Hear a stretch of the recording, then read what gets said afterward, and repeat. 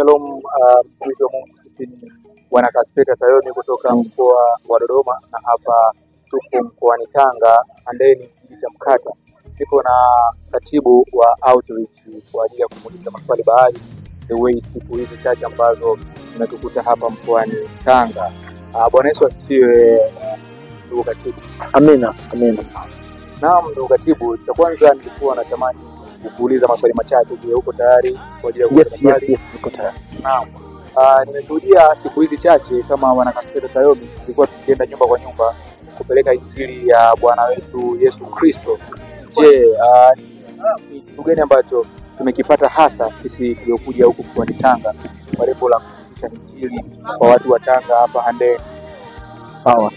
Ni kushukuru sana kwa swali nzuri, na ni kweli tuko hapa Tanga Handeni tangu siku ya jana, siku ya tarehe 11, na jana tumeanza mkutano wetu, na juzi tumeanza mkutano wetu, na jana pia tukaendelea siku ya pili, na habari ya ushuhudiaji tumeianza siku ya jana, ambapo tumetawanyika katika mji huu wa Mkata, kwa sababu si watu wote wanafika eneo la mkutano.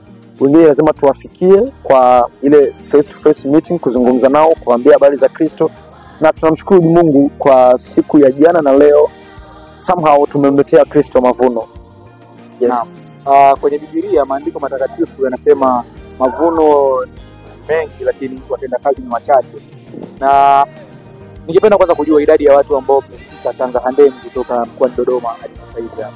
Ya, ni kweli tumetoka watu takriban 68 kutoka Dodoma kuja hapa Tanga.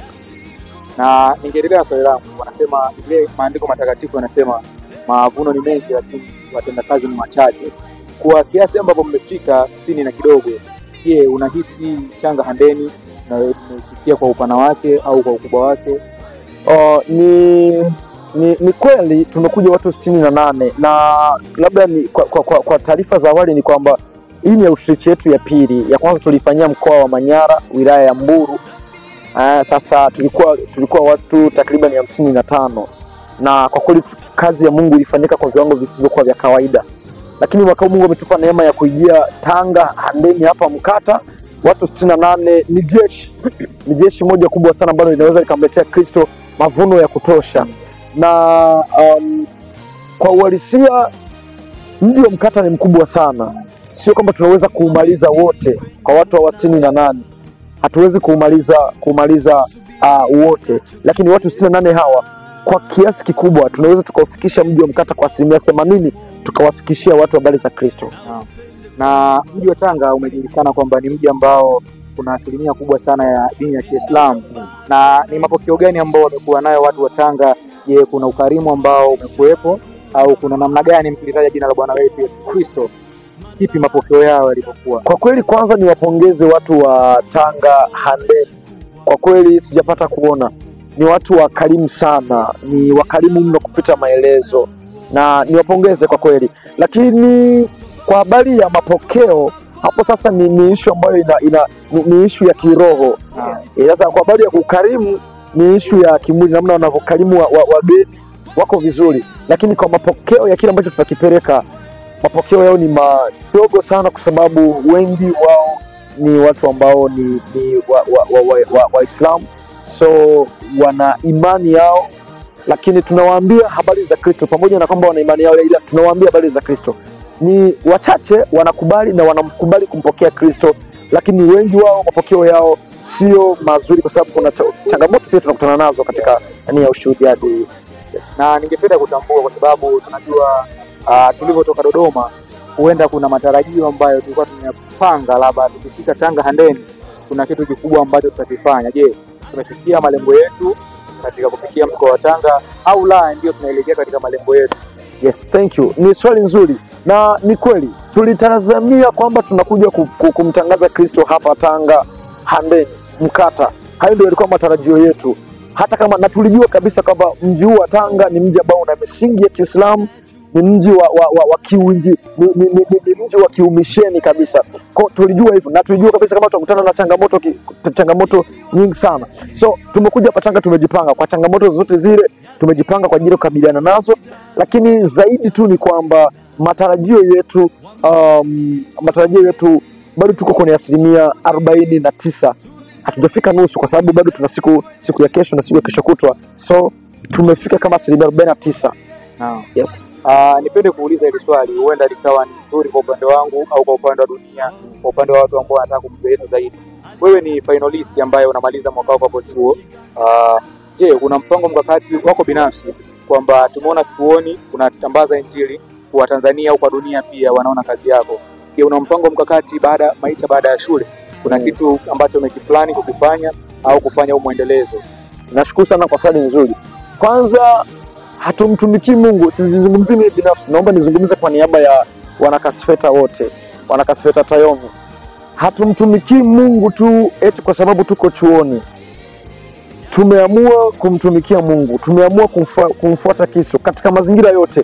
Tuwepo chuoni, tusiwepo chuoni, tunamtumikia Mungu. Kwa hata tukimaliza chuo, tutaendelea kumtumikia Mungu ili kwa kufanya kazi ya Mungu hii ya uinjilisti. Lakini hili ni agizo ambalo Kristo alitupatia. Ukisoma kitabu cha Injili ya Mathayo sura ya 28 mstari wa 19 kule anazungumza hayo mambo. Injili ya Marko sura ya 16 mstari wa 15 anazungumza, anasema nendeni ulimwenguni kote mkawafanye mataifa. Hajawaagiza wanafunzi wa vyuo tu, ila ameagiza watu wote. So tunapokuwa chuoni lazima tumtangaze Kristo, na tunapomaliza tunasema tumtangaze Kristo pia. Pamoja na mikakati yote, pamoja na kama tutajitafuta kimaisha, kutafuta nani, lakini bado Kristo tutamtangaza katika hali zote. Nashukuru sana, lakini swali langu la mwisho au kitu ambacho ni kuombe, najua sisi ni Wakristo, lakini pia huenda kuna mwanzoni historia za maisha yetu zilibadilika hapa awali, hapa katikati. Je, unamshauri nini yule ambaye hajaokoka? Mambo mawili ya kumshauri afanye nini? Huenda inamuia vigumu, huenda hata wewe ulikuwa sio Mkristo zamani au ulikuwa Mkristo lakini ulikuwa upati menendo ya Bwana wetu Yesu Kristo. Je, nini hasa afanye? Vitu viwili vya kufuata au vitu viwili ambavyo unaona vitamjenga hasa na kumfuata Bwana wetu Yesu Kristo? Unajua, moja kati ya kitu ambacho Mungu alikiweka kwa mtu ni utashi, maamuzi. Maamuzi ni nguvu alionayo mtu au uwezo alionao mtu wa kupembua au kuamua jambo kwa binafsi, yeye binafsi. So na hii changamoto tumekutana nayo hapa Tanga.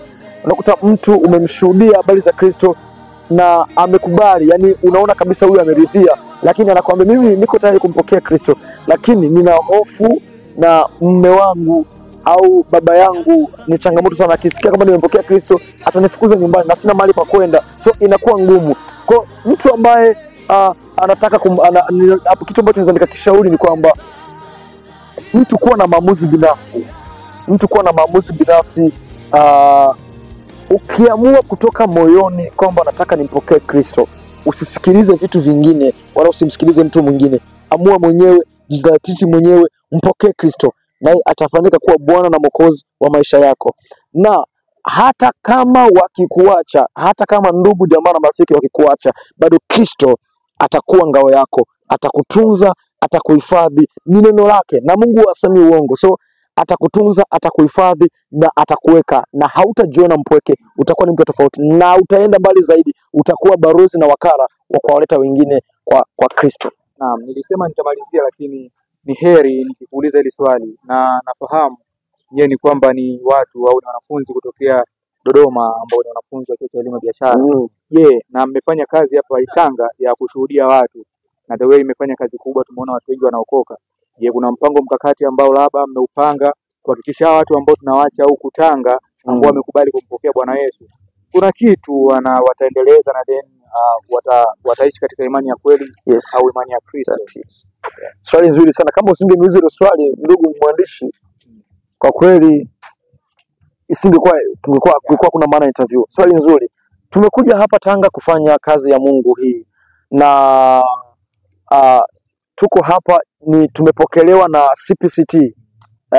Tumepokelewa na CPCT hapa, kwa tuko chini ya CPCT, lakini tumefikia kanisa hili la EAGT Mkata Mashariki.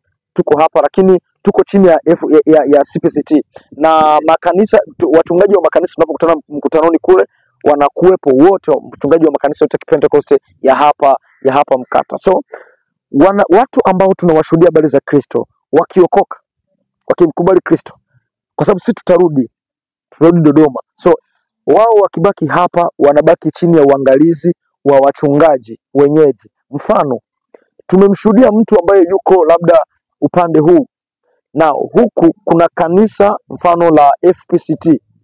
Tumemshuhudia mtu yuko upande huu, anaishi upande huu, na huku yuko mtu kutoka kanisa la TAG au EAGT. So huyu mtu aliyoko huku tutamkabidhi kwa mchungaji wa eneo hili, na huyu mtu aliyoko huku tutamkabidhi kwa mchungaji wa eneo hili. Hao sasa ndio watakuwa wakifanya ufuatiliaji na kujua maendeleo ya hao watu. Sisi tutakachokifanya, tutakuwa tunaendelea kuwafuatilia watu kwa njia ya simu, kwa tunachukua mawasiliano yao, lakini pia kuwafuatilia wachungaji, kuwahimiza waendelee kuwasia watu kuendelea kuzidi kukua katika kimo cha Kristo.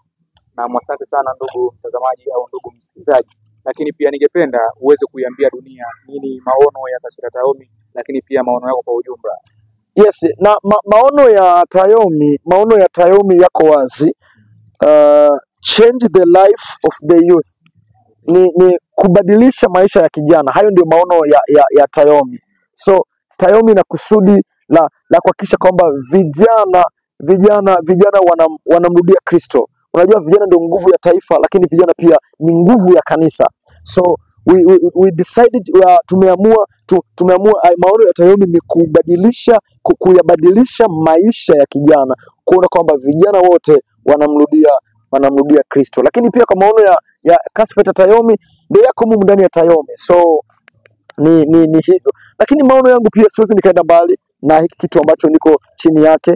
Ni maono yangu pia ni kuhakikisha kwamba vijana wanamjua Kristo, vijana wanamtumikia Mungu, vijana wanakuwa katika kimo cha Kristo, vijana wanakuwa mabarozi wa Kristo wa kweli wanapokuwa hapa duniani. Asante sana mwandishi. Na nashukuru sana ndugu msikilizaji. Haya ni machache kutoka kwa katibu wa outreach katika tawi la Kasweta Tayomi, ambapo wanapatikana chuo cha CBE campus ya Dodoma. Hivyo ni msii wewe kama mtazamaji kwa haya uliyosikia kutoka kwa Zee vipi? Mbona kama nywele iko vizuri? Kama haina utukufu vipi? Mimi nikajua muziki unatoka kule chini, kumbe ni huu.